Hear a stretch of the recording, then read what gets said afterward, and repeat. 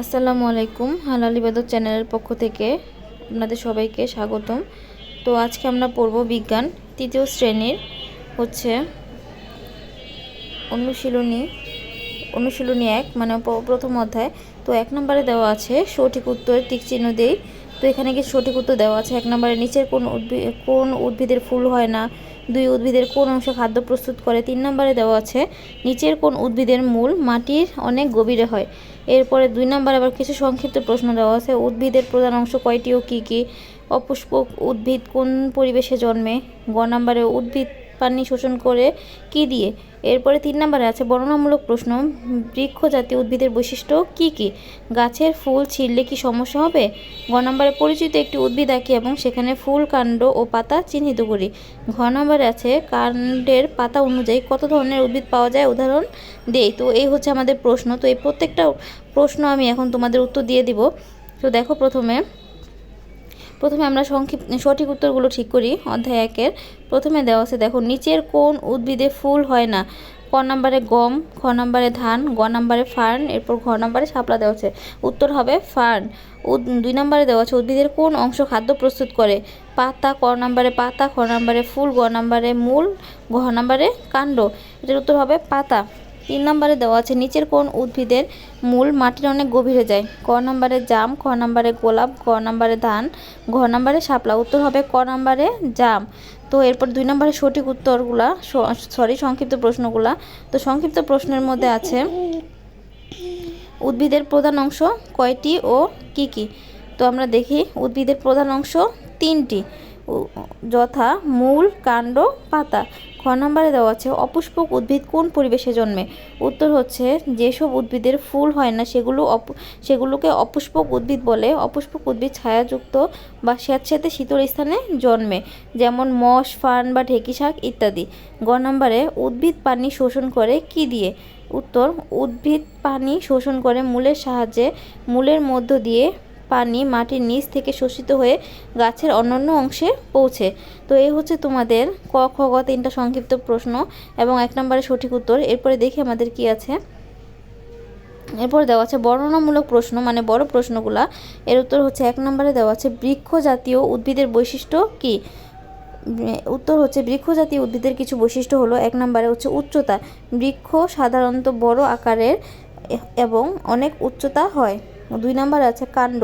এসব গাছের কাণ্ড শক্ত ও মোটা হয়। 3 নম্বরে আছে গাছের শাখা প্রশাখা। বৃক্ষের শাখা অনেক এবং এটি উপরের দিকে বিস্তৃত হয়। 4 নম্বরে আছে মূল। বৃক্ষের মূল মাটির গভীরে থাকে এবং শক্তিশালী হয়। 5 নম্বর আছে ফুল ও ফল। বৃক্ষে ফুল ফোটে এবং ফল দেয়, যা বীজ ছড়িয়ে নতুন গাছ জন্মাতে সাহায্য করে। এই বৈশিষ্ট্যগুলোর মাধ্যমে বৃক্ষ জাতীয় উদ্ভিদরা পরিবেশে গুরুত্বপূর্ণ ভূমিকা পালন করে, যেমন অক্সিজেন উৎপাদন এবং প্রকৃতির ভারসাম্য রক্ষা। এই হচ্ছে তোমাদের বর্ণনামূলক প্রশ্নের ক নম্বরের উত্তর। এরপরে দেওয়া আছে খ নম্বর, গাছের ফুল ছিঁড়লে কি সমস্যা হবে? উত্তর গাছের ফুল ছিঁড়লে কয়েকটি সমস্যা হতে পারে। 1 নম্বর হচ্ছে প্রজনন প্রক্রিয়া ব্যাহত হয়। ফুল গাছের প্রজননের জন্য প্রয়োজনীয় অঙ্গ। ফুল থেকে বীজ তৈরি হয় যা নতুন গাছের জন্ম দেয়। যদি ফুল ছিঁড়ে ফেলা হয় তবে গাছের বীজ তৈরি করতে পারবে না এবং নতুন গাছ জন্মানোর সুযোগ কমে যাবে। 2 নম্বর হচ্ছে গাছের বৃদ্ধি কমে যেতে পারে। ফুল গাছের জন্য শক্তি এবং পুষ্টি সংগ্রহ করতে সাহায্য করে। ফুল ছিঁড়ে ফেলার ফলে গাছের বৃদ্ধি ও বিকাশের সমস্যা হতে পারে। এভাবে গাছের ফুল ছিঁড়ে ফেললে গাছের প্রজনন এবং বৃদ্ধি প্রক্রিয়া ক্ষতিগ্রস্ত হতে পারে, যা গাছের জন্য ভালো নয়। এই হচ্ছে তোমাদের বর্ণনামূলক প্রশ্নের খ নম্বর উত্তর। এরপরে দেখি আমাদের গ নম্বরের প্রশ্ন।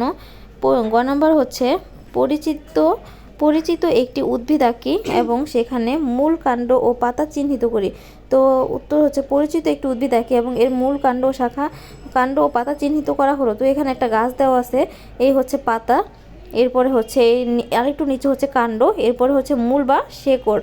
এরপর ঘ নম্বরে হচ্ছে কাণ্ডের গঠন অনুযায়ী কত ধরনের উদ্ভিদ পাওয়া যায়, উদাহরণ সহ ব্যাখ্যা করো। উত্তর হচ্ছে কাণ্ডের গঠন অনুযায়ী 3 ধরনের উদ্ভিদ পাওয়া যায়, যথা বিরুৎ, গুল্ম ও বৃক্ষ। নিম্নে এদের উদাহরণ সহ ব্যাখ্যা করা হলো। 1 নম্বর হচ্ছে বিরুৎ।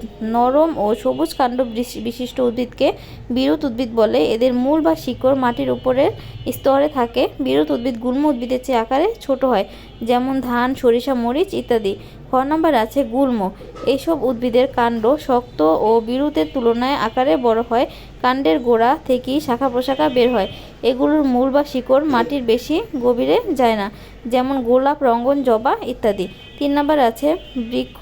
আকারে দীর্ঘ ও শক্ত প্রকৃতির কাণ্ড বিশিষ্ট উদ্ভিদকে বৃক্ষ বলা হয়। কাণ্ড থেকে শাখা প্রশাখা ও পাতা হয়। এগুলোর মূল মাটির অনেক গভীরে যায়, যেমন আম, কাঁঠাল, বেল ইত্যাদি। তো এই হচ্ছে তোমাদের 1 নম্বর অধ্যায়ের সবগুলো প্রশ্ন। পুরো অধ্যায়টা আমি তোমাদের সলভ করে দিলাম। তোমাদের যদি কারো কোনো জায়গায় সমস্যা থেকে থাকে অবশ্যই আমাকে কমেন্টের মাধ্যমে জানাবে, এবং তোমাদের যদি ভিডিওটি ভালো লেগে থাকে অবশ্যই লাইক, কমেন্ট এবং শেয়ার করবে, এবং চ্যানেলটি সাবস্ক্রাইব করে আমাদের সব নতুন নতুন ভিডিওগুলোর পাশে থাকবে। তোমাদের ভিডিওটি দেখার জন্য অসংখ্য ধন্যবাদ।